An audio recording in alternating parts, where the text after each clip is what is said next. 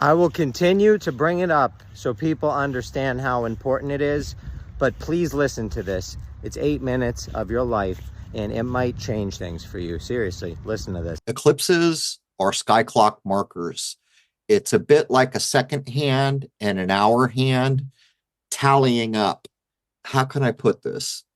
Way back a long time ago, before insanity ruled this place as it does now, people knew things. They knew things about the sky clock. They knew things about nature. They knew things about alchemy, and they tracked very long periods of time, which is evident in the Yuga cycle tracking as an example. But you can find examples of the Yuga in every major culture that had been around for millennia. What these eclipses are markers along the way. There are many cycles that used to be commonplace, one of which is the Metonic cycle, typically thought of as maybe lunar most of the time. And it roughly equates out to 19s. I think actually I've seen Metonics being 18 point something years, but when you look at it, you recognize that it's a 19. The reason we have a Saros cycle, which we're going to talk about today, or a Metonic cycle, is because a long time ago, people knew some things about the sky clock and they recognized the cyclical nature of time.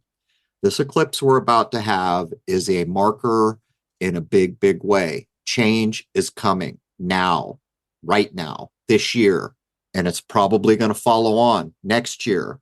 What's going on in the world is coming to a head, and this full eclipse, by the time we get done talking about it, you're going to recognize that it's not just a run-of-the-mill eclipse that occurs and a few people look at it.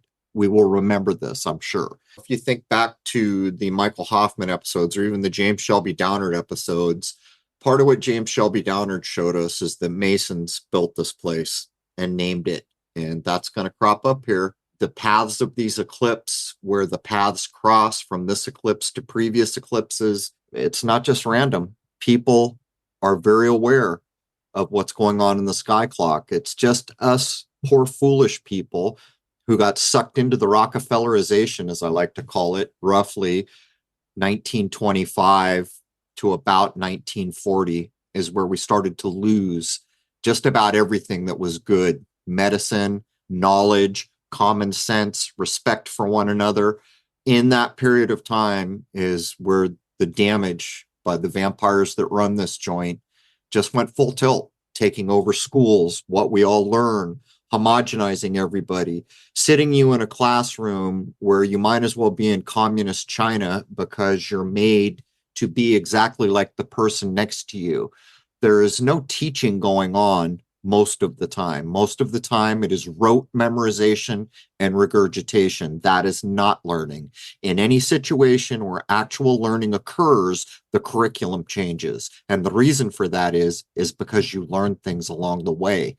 The prophet Jonah and the eclipse of ancient Nineveh.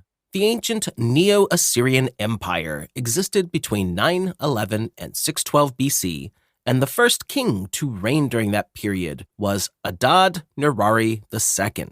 7 generations later, after the reign of Adad-nirari III, the nation was in disarray both internally and abroad. The outer borders were under pressure and in continual need of defense from the Urartu, as well as the Aramean states located to the northeast.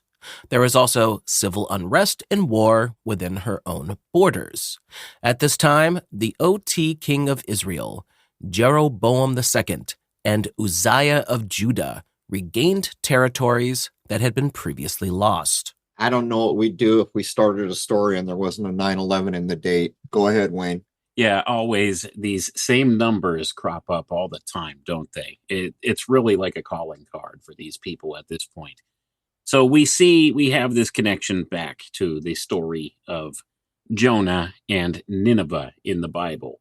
And let's not overlook the importance of the message here that is given in this story. Jonah went there and preached to the people that they need to repent. Well, we're similarly living in those types of times and those types of places today. You could compare the United States to Nineveh in many ways. Same things going on today here that were going on there, as we're seeing even in just the political explanation that's given here. But the important thing to understand is very much like this story that is demonstrated out of the Bible. Today, we need to be mindful of the importance of these events that happen in the sky clock, because as we'll see, there's a connection here, and it's a big connection. So as we continue through the notes here, we'll begin to connect some more dots. Should we do the towns before we move through from the map? I suppose we can do that just to demonstrate to people where the connection lies here. All right. So basically, you can go online and look up the path of the solar eclipse that's going to happen. And also, there will be maps that show the last couple or the important previous historical paths. They basically draw a couple X's. A couple of them are like angling from upper northeast down to lower southwest and the opposite. So wherever they cross, there's X's. But this is where James Shelby Downard is again being confirmed what he said. Go ahead, Wayne. We're talking about this eclipse, but hit some of the names of the towns that are in the crossover and in the path of the eclipse. Okay, well, in the map showing the shadow of this eclipse that's going to take place here on April 8th, it has in the path various cities of the same name. These cities are Jonah, Texas, Nineveh, Texas, Rapture, Indiana, Nineveh, Indiana, Nineveh, Ohio, Nineveh, Pennsylvania, Nineveh, New York, Nineveh, Nova Scotia, and also in Williamton, Kentucky, there sits a replica of Noah's Ark. And these are all in the path of this current eclipse that's going to take place. Now, if you go back and you look at the map, you see where the 2017 eclipse crossed some of these same areas. In fact, the Ark, the replica of the Ark in Kentucky, is in the path of that, as well as Rapture, Indiana. So we have all of these different similar names of cities along the path of this eclipse.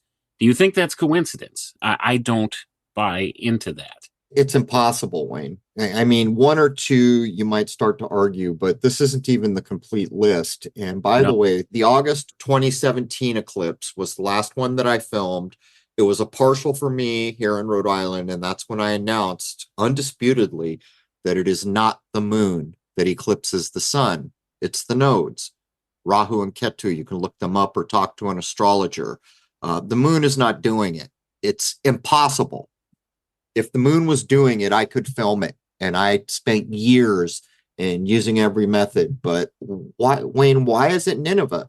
Why are we seeing that the Masons who built this country recognized the path of eclipse and then named every town and its brother Nineveh? What's so important about the biblical Nineveh that would tie to an eclipse? I think it's a kind of a warning for people. We've really gone very wayward as a nation here. And I think we need to come to terms with that and maybe repent from some of the things that we've done as a nation. So even though we have this political class that runs things here, I think the bulk of the humanity that lives here in this country, they're not on board with what these politicians and aristocrats and everything are doing in this world. And that was not the moon blocking the sun. And I've proved it in many different videos. But the truth is out there. You just got to keep digging. Hit follow. Remember, this is for your entertainment. But also remember, everything happening right now is biblical. And there's an awakening happening. So if you feel like you're waking up, it's for a reason. I love you all.